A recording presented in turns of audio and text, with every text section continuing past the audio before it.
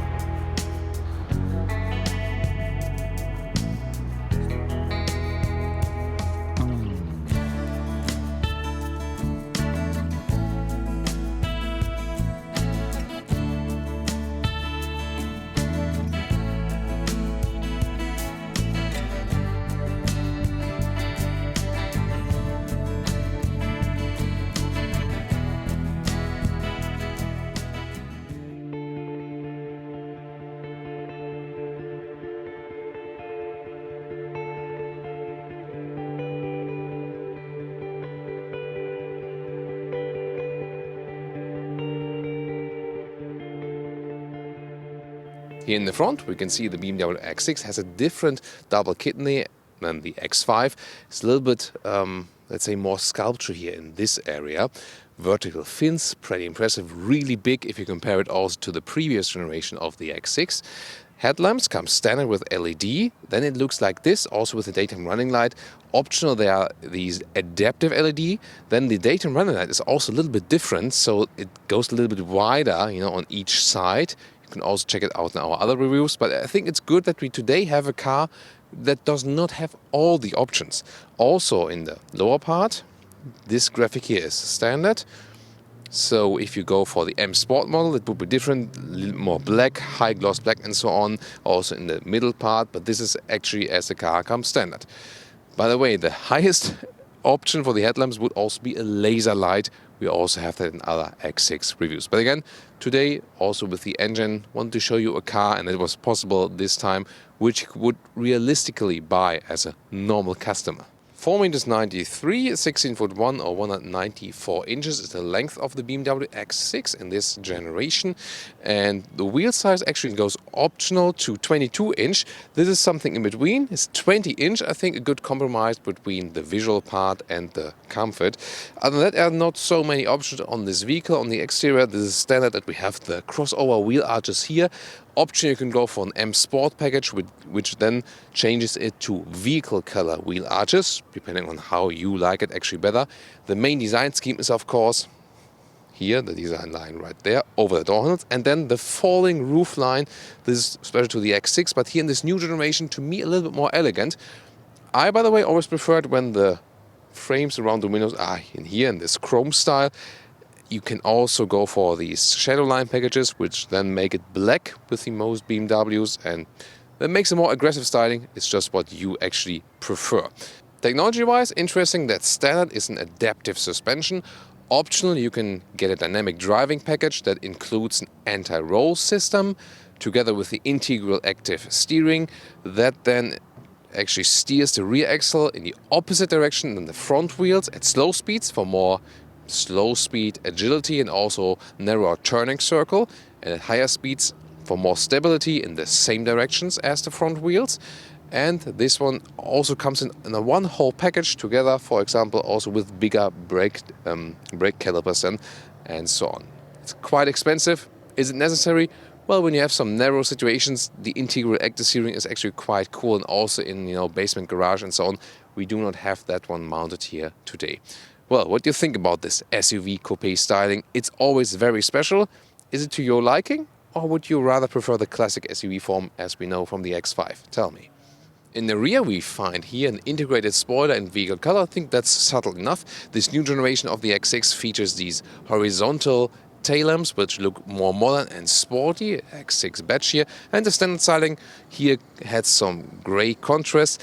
And the rear exhaust on the inside, the outer tip is just for the visual beauty part. Not sure if that's necessary, but it also has, like, let's say technology reasons.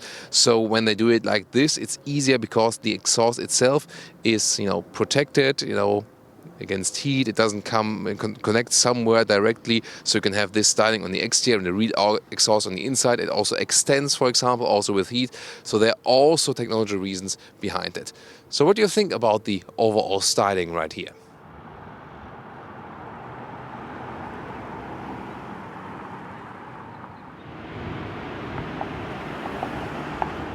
As for engines, in Europe we get the 3-liter 6-cylinder diesel.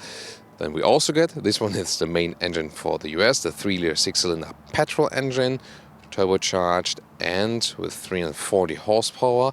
5.5 seconds is the acceleration figure, 0 to 60 miles or 0 to 100 kilometers an hour. In the US you can also get it with rear-wheel drive only. Other than that, optional here in the US, or then always the same in Europe with the X-Drive, so with the all-wheel drive. But even then it is rear-wheel biased. And about the MPG figure or fuel economy, you can, when you like cruise control motorways, score some 9 liters more kilometers or 26 mpg, 31 mpg UK. So even a little bit better when you only cruise control motorway, and of course a little bit worse when you have different driving situations. But overall, it's a quite efficient engine for that size, for the power output, and also for this kind of style of the vehicle. Then you can also go with the M50i, for example, or also with the X6M, with the true M model, for the 4.4 liter V8, but that one is also really way worse in the fuel economy.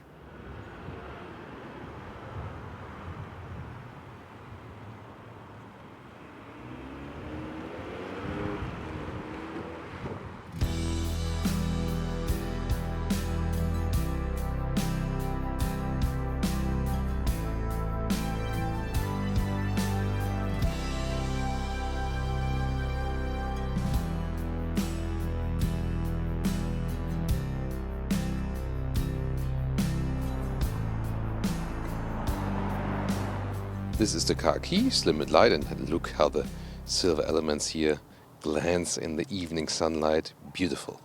Then door closing sound. Yeah, it's actually quite solid. And inside of the doors here, very well processed here, Hofmeister King design elements. Also how the buttons resonate with the quality of the interior. Really a very big step forward to the previous generation. You can open the trunk from here. Remote opening from inside the door, that's actually cool. Reasonable door pockets for some stuff. You also have BMW entry badges at the lower part right there, they're also illuminated. And then sadly the X6 only comes with animal skin material. The X5 also available with animal friendly sensor tech, so they have to adapt their model lineup as for that still. I think it's not a wise decision, so that means this is also the standard sport seat, that only with animal skin.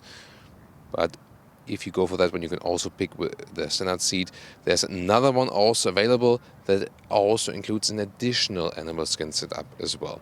Then the steering wheel, here is the M steering wheel, so a little bit sportier, and you have controls for cruise control on the left side, and on the right side, for example, for the volume and for the voice input system or something. And there are also nice shifting pedals at the steering wheel. And now let's get inside. Let's get inside. It's of course easily done. And you might ask yourself, X5 versus X6, what's the technological difference? And there are actually, let's say, three things. First of all, the A-pillar is flatter. That makes the interior feeling here sportier, but also a little bit more cramped. The X5 more has a traveling feeling with the more upright A-pillar. Headroom-wise, still totally fine with one with 86 or 6 with 1, and this one even includes the panoramic roof. Well, and then the second change is the torsional stiffness here is a little bit higher with the X6 because of the building form of the coupe. It's a little bit better as for the stiffness.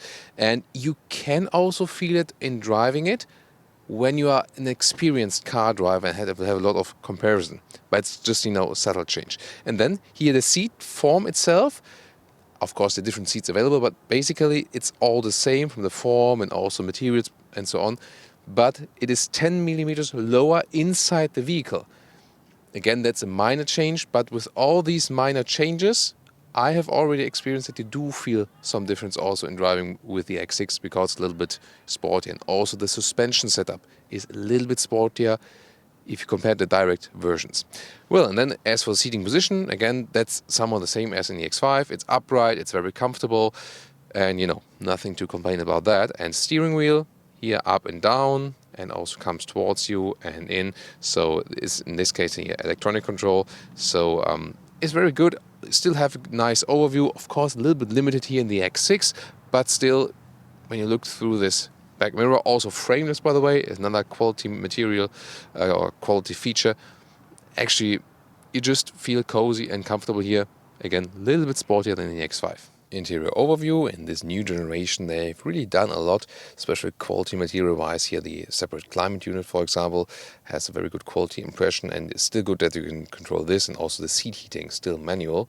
The screen setup is 2x 12.3 inch, left and right. Also comes standard, you know, not like this or like that, always this way. That's cool. Soon more deals to each of these.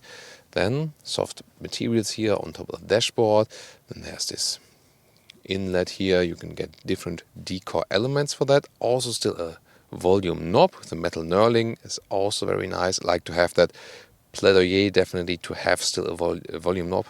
Then in the lower part you either have everything shut off and very clean and simple, or you open it and then you have the inductive charging platform for your smartphone, USB-A charger, and 2 adaptive cup holders. Then you have this shifting lever that you just pull backwards or forwards. Start stop button. Then you can see this adaptive suspension right here in this car. You can pick different driving modes, and this classic control knob, also with metal knurling. You can press and turn as an alternative to use the touchscreen. Everything else you can also do via touch. And the steering wheel, again, from this perspective, I think is very compact, has a good grip. Maybe just, some sporty Alcantara would also be pretty nice here to me. And the middle armrests is really also soft plush. And then this opening mechanism is pretty cool. A lot of space on the inside, and also USB-C charger. As for the instruments, you can see that right side RPM, left side speed. Therefore, in the middle, there's space for the GPS. And I have a route mounted at the moment, or set, a destination set. And therefore, you can also see now more of the GPS. And the head-up display is a very good option, definitely. There you have everything in your line of sight. For example, also again a GPS view if you have a destination set. Now details to the infotainment system. This is the main menu. Just click in once, or the hotkey in the lower part to go to the map. Where we're here at the Pacific Coast Highway and the beach of Huntington Beach. This is really, really beautiful spot. Just awesome to be here. And best greetings for all our fans from LA. We have big fan base, especially here in the Los Angeles area. So best greetings to you. And of course to everyone else. So car settings is really interesting here. The driving information, for example, with the trip data. With a quite good MPG figure right there. So that's really, really decent for this size of vehicle.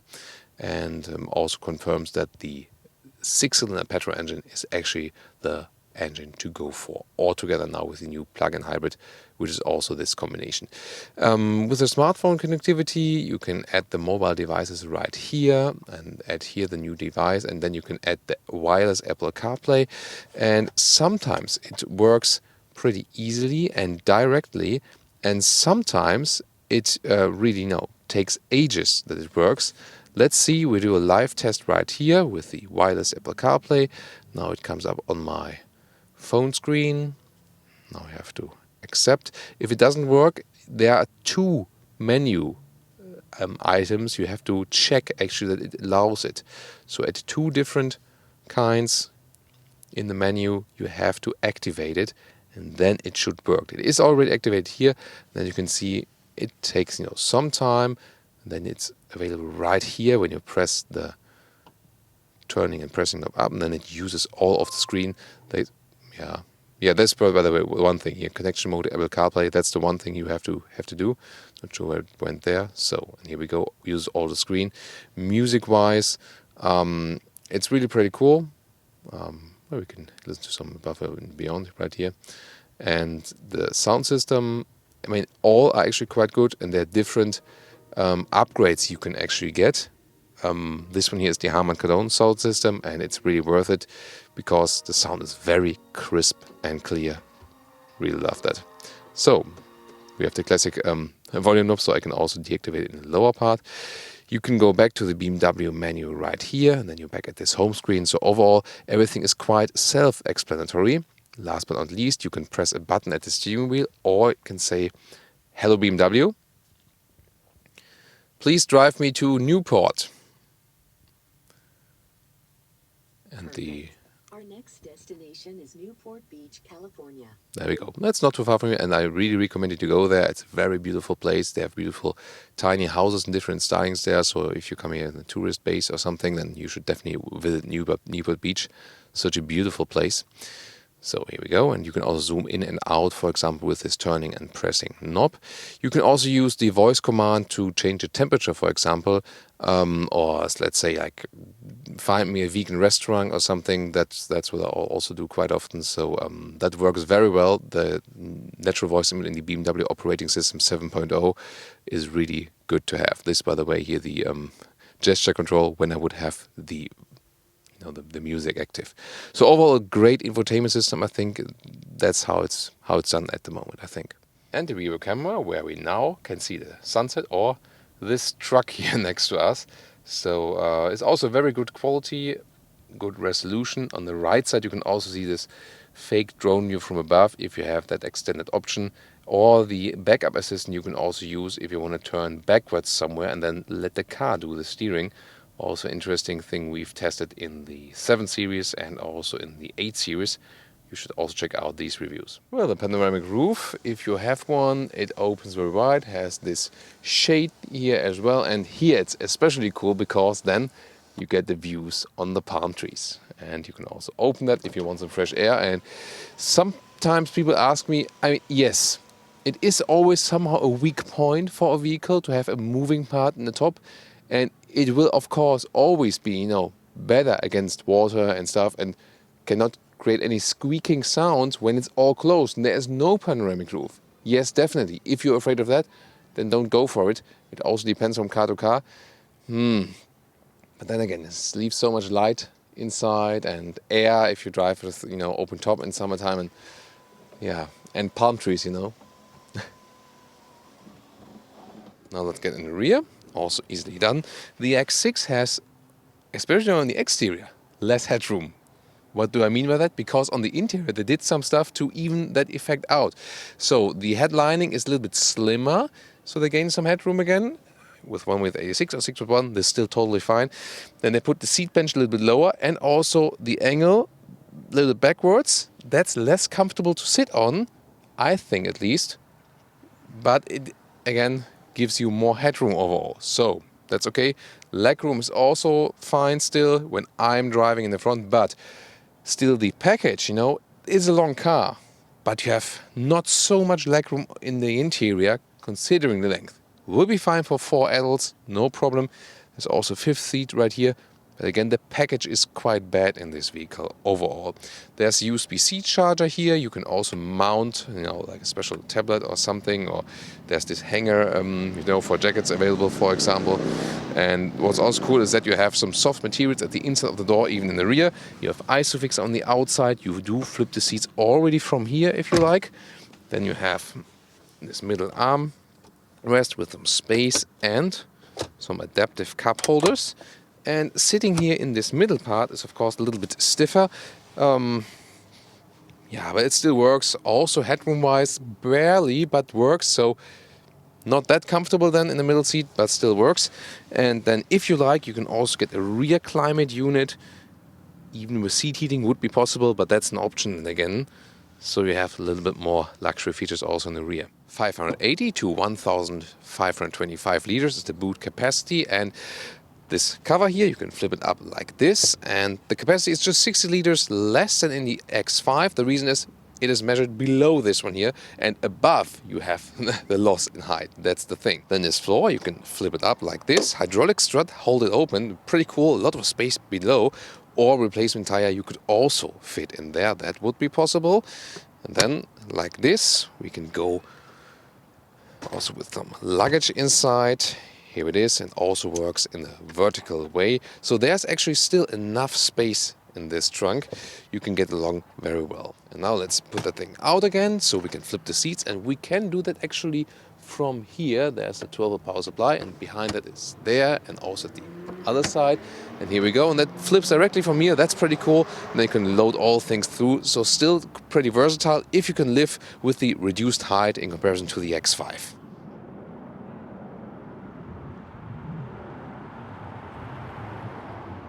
Welcome to Thomas's Driving Lounge with the BMW X6 40i. We'll start sporty, put in the sports mode, then we turn the gears a little bit more up, and let's go.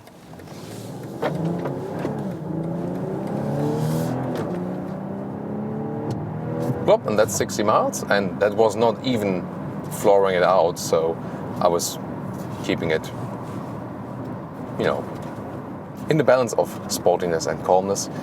It was just good because the speed limit here was just exactly 60 miles an hour, so it was a good test. Now it's 55. And again, as I said, I did not even floor it out all the way. So there could have been even a better acceleration, but already pretty decent. Well, and especially in sports mode, you always have a nice punch and also, let's say, enhanced sound then in this sport mode. And we just are in this base 6-cylinder, so to say.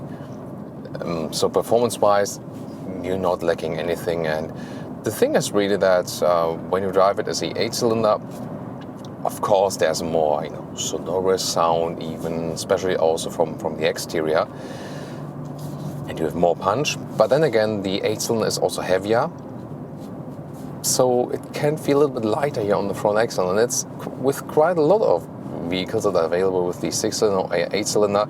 It can sometimes feel sportier in the 6-cylinder overall from the handling because the weight balance is better and weight in general is lower. So pretty interesting aspect. And we are, for you here, also on a very scenic route. It's the highway number 1, one of the most scenic routes in the world overall. And this here today is the part, because last time with the X5 we've been here, we went up north. So, along the Big Sur part, you can also check out that review. That's actually, to me, one of the most beautiful parts. This time going south towards San Diego. And you can see beautiful looks here, always right and left. It's just a more countryside-ish part. Then you pass some towns and so on. Thank you for not smoking. Interesting.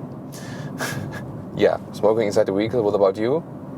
Would you smoke inside your car, even if you're a smoker? Tell me in the comments. So I always say, food and cigarettes, never ever in a car. Keep it clean, right? Keep it clean and simple. So went back to the comfort mode, and the exhaust note is also a little bit more calm, and also the throttle input is calmer. The gears are not turned up that high while they're shifting up. Then it's also more about the fuel economy, for example. You can also go to the Eco Pro mode that is even further reducing the throttle input, for example. Also puts everything to the bluish color here, so to save some more fuel.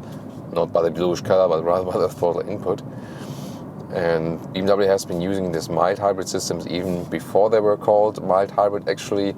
They always called it efficient dynamics. That was just about that the car battery has some recuperation, for car internal systems. And talked about the fuel economy a little bit before. So yes, you can score some 9 liters on 1 kilometers or 26 mpg, 31 mpg UK if you hit it cruise control on the motorway and constant speed. In this case, then even better sometimes. I was also just cruise control motorways, scoring some 8 liters or then like 28 mpg, 29 mpg, or even 30 plus mpg UK. But now, after a little while, with more city traffic involved and here and there an acceleration, overtaking and so on, I'm rather than heading towards 10 liters 1 kilometers and then like 22, 23 mpg US and 26 mpg UK something-ish. But still, considering the size of the vehicle, it's still okay. More efficient would just be the 3-liter inline 6-cylinder diesel. which is actually one of the most efficient ones in the diesel range, 4 and 6 cylinder together. Remember that in the BMW 5 Series we once had 5 liters or more kilometers diesel consumption, which is like, really little. So that was pretty interesting. Next beach, and we're getting into some traffic. This vehicle, as we told you earlier, is not spec'd with everything, and I'm really happy to have that, because so many times we have everything full spec, and I want to have more customer realistic vehicles. That's what I actually enjoy more. Oh, it's a nice E450 Cabriolet. So here we do have the normal cruise control, means I can set it here on the steering wheel and just put the speed, and then the speed is being maintained. But this is not equipped with the adaptive cruise control. That's probably an extra I would recommend, because it's just cozy. And with the adaptive cruise control, you also have like this second stage, if you pick the whole driver's assistance package, where you have the highway pilot, that the vehicle is actively kept in the lane, and you just hold on to the steering wheel and the car somehow steers for itself, plus distance is being kept, so like semi-autonomous. Here again, just normal cruise control, and we do have a lane keeping assist as standard equipment, yes. However, it is not an active one that, let's say works in a predictive way. This one then, this emergency lane keeping assist, I could call it, is more working in a way that as soon as you approach the line on the left, on the right, then it's counter steering. But still, it's a quite smooth process. Again, working with the steering wheel intervention, so that did a very good job as well. Blind spot monitor in the US is also standard. So there's a flashing in with the yellow triangle, right or on the left side mirror, depending on the side, of course. And this is also one of the best security features, definitely, or safety features. So here now, also in city traffic, I'm feeling quite cozy here with this upright seating position. I always feel a little bit, let's say, more tension with the X6 than with the X5. So this additional torsional stiffness from the chassis, together with the 10mm lower seating position, a little bit stiffer suspension setup, this is really giving you a somewhat more fun and sporty driving experience. The X5 then rather delivers you some more traveling driving experience, also with this more upright A-pillar and so on. So that's then the question, what's more likable to you. On the one hand, I'm always, like for more space. The X5 makes more sense, especially when I think about, do I want to put my mountain bike in the rear or something? But then again, I always had a little bit more fun driving the X6. So fun-wise, I would go for the X6, I think, but there's of course one catch. At this moment, only available with animal skin, and I think, the X5 can be bought with SensorTech, which is more sustainable and animal friendly, so that would then be a deal breaker in this case. So I would definitely go for the X5 at this moment, unless I could get something with the BMW individual program here for the X6 and change the seating surface, or maybe even get like a fabric or Alcantara seat or something. Noise insulation is really at a great level, so it's really silent in here. That's why we can also relax. Also been driving with the open rooftop here quite a lot of times, because it's just fun, leave some air in. We have it closed now because of that camera, because this one here delivers you a really, really nice view. Stop-start function is active at the moment. I also see the route I've mounted, the GPS in the middle of the instruments. It's quite cozy to see, and I have some arrows in the head-up display then. And then I always watch the speed in the head-up display, that I don't have to put my view down here, so I can focus on the road. And that's of course, again, a safety feature. This car here equipped with the adaptive suspension, which is standard. If you have this additional driving package, you can also get rear axle suspension, the anti-roll control. Yeah, then the suspension maybe is also a little bit different in the setup. So do you need it? I mean, it depends. Here in the US, a lot of vehicles are not spec'd with the rear axle steering, because they say, we have enough space here anyway, you don't have problems with narrow parking lots or something. And I can understand that. So I think as a US customer, probably, unless you're in New York or something, so probably it's like, West Coast or Central American customer, you can live without it. As a European customer, or maybe US East Coast, I would probably always go for the rear axle steering, because it gives you so much more agility. It's fun, yes, but even more important, you can get along in the city better when parking in and out, and also narrow basement garage and so on. Reduce the turning circle. It's just cool to have that technology feature. Still, the car drives in a very agile way considering the weight, even without it. But again, cool to have it when you have some like narrow situations or want to reduce the turning circle. But even here, without having it, good to save some money, and the car still feels so agile. The steering is very natural, so you have a good feeling for the car and the road. You don't have to steer too much, and it doesn't have any dead zone. So again, that's something I've been criticizing with the new 3 Series, sadly. The SUVs at the moment have a better steering setup at BMW than the other cars. I don't know, maybe the SUV engineers are... Wait a minute. The SUVs are all built in the US, except the X1. The other cars usually over in Germany. I don't know. Do the US engineers or US setuppers have a better, feeling now for the steering wheel meanwhile? I don't know. Just curious. Yeah, for all BMW engineers watching, please tell me in the comments. I gotta ask that the next time when I meet them. Interesting. Yeah, I mean, the steering setup here is really good, natural feeling, no dead zone, and again, not too hard, not too soft. Depending on the driving mode, it also switches around just a little bit. So that's definitely well done. And the suspension again, yeah, it's a little bit stiffer than in the X5, but still you don't feel that you would lose comfort. You could also go for the optional air suspension, which delivers you this more, air carpet ride, at least supposed to be. But then again, I did drive some air suspension in the X7 and in the X5, and whereas with the Mercedes GLE or GLS, the air suspension there at Mercedes is very, very soft and delivers you this air carpet ride, which I found cool when opting for an air suspension. I do expect that.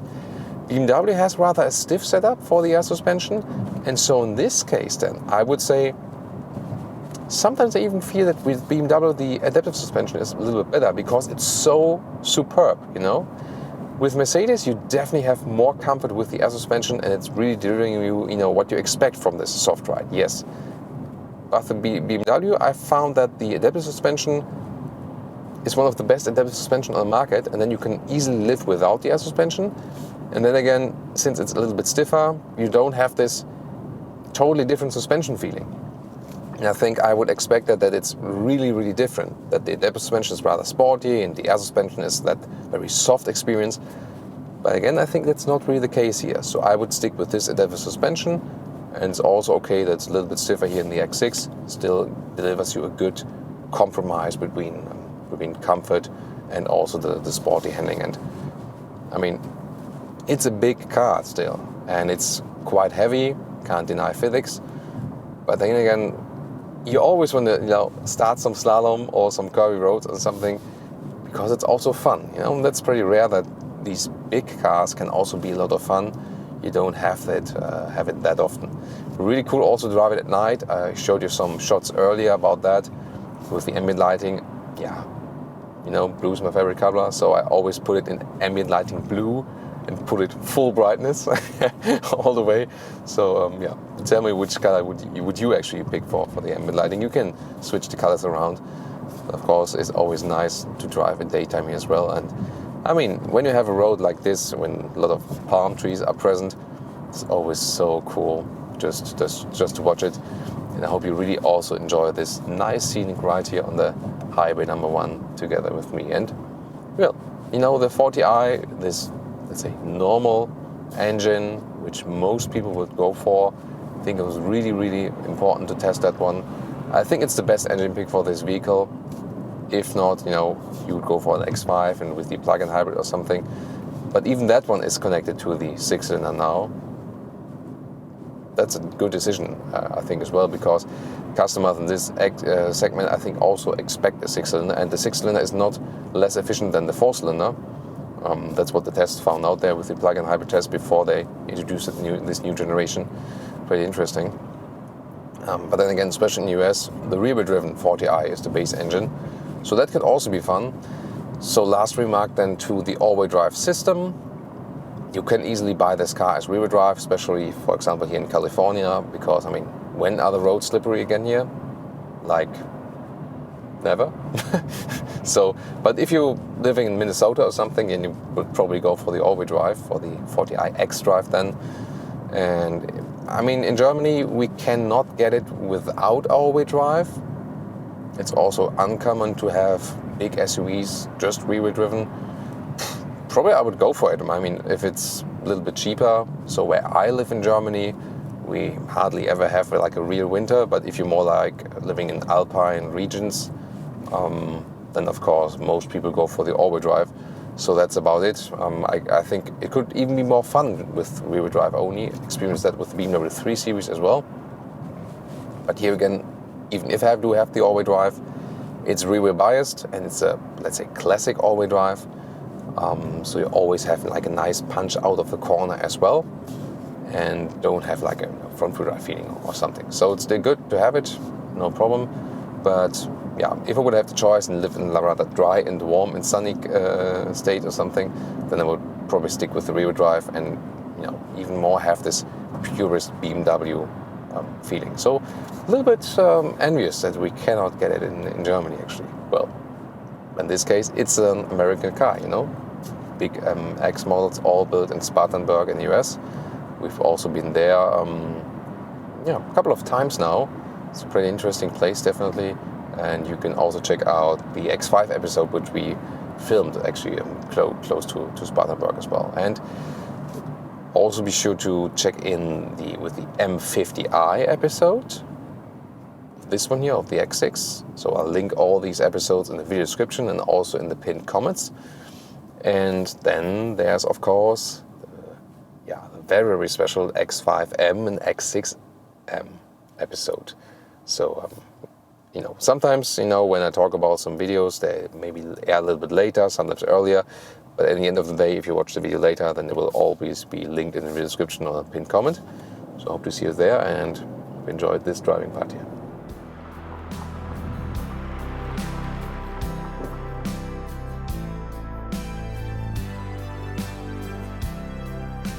And now to our conclusion for the day, where you can also see this side puddle light with the BMW wings. Very interesting. Well, from the exterior, I think this new generation of the X6 is more elegant than before. It's very strong, but it doesn't have, you know, this bulkish thing to it. I think it has still some kind of elegance. And if you prefer this styling to the X5, you can of course then go for it and don't have to take so many compromises on the interior. I think you can still have a very versatile car also in the back and also in the trunk. Of course, considering the length of the vehicle, there should be a little bit more legroom, I think. Driving wise, it has a very comfortable but yet agile driving, a little bit sportier to drive than the X5. This 40i engine is actually the engine to go for, or a plug-in hybrid version that is already offered in the X5. That would be, you know, the engine to go for. Let's see if that one will come at some point for the X6. I don't know yet. But the 40i definitely the engine to go for, because it's actually quite efficient considering the size of the vehicle and also yet again quite powerful. Interior build quality is also at a very high level. Sadly, no animal skin alternative for the X6. BMW has to even that out very soon, because even more customers will go for animal-friendly solutions and want to enjoy luxury at the very same time. Overall, I think a quite convincing vehicle. Had a lot of fun driving it, and also good that we could take a look at this, let's say, more realistic vehicle, because so many other times we have vehicles that are so fully spec'd and so on. So overall, I think we had a great time today with you. I hope you enjoyed it here with us, and please leave us your comments to this car in the comment section.